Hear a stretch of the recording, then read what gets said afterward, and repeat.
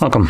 In front of me is a SONY Xperia 10 Mark III, and today I'll show you how to enable the power saving mode. So to get started, you want to pull down your notification panel, expand it, and look for the battery saver, or whatever the name is here, which, there we go, it's called stamina mode.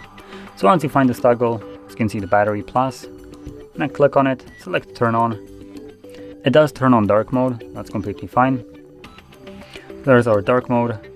And obviously you can see it right here, battery has like this red outline to signify that it is right now in power saving mode.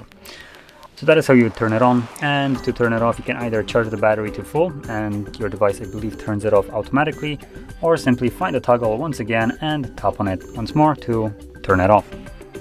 And there we go. So if you found this very helpful, don't forget to hit like, subscribe, and thanks for watching.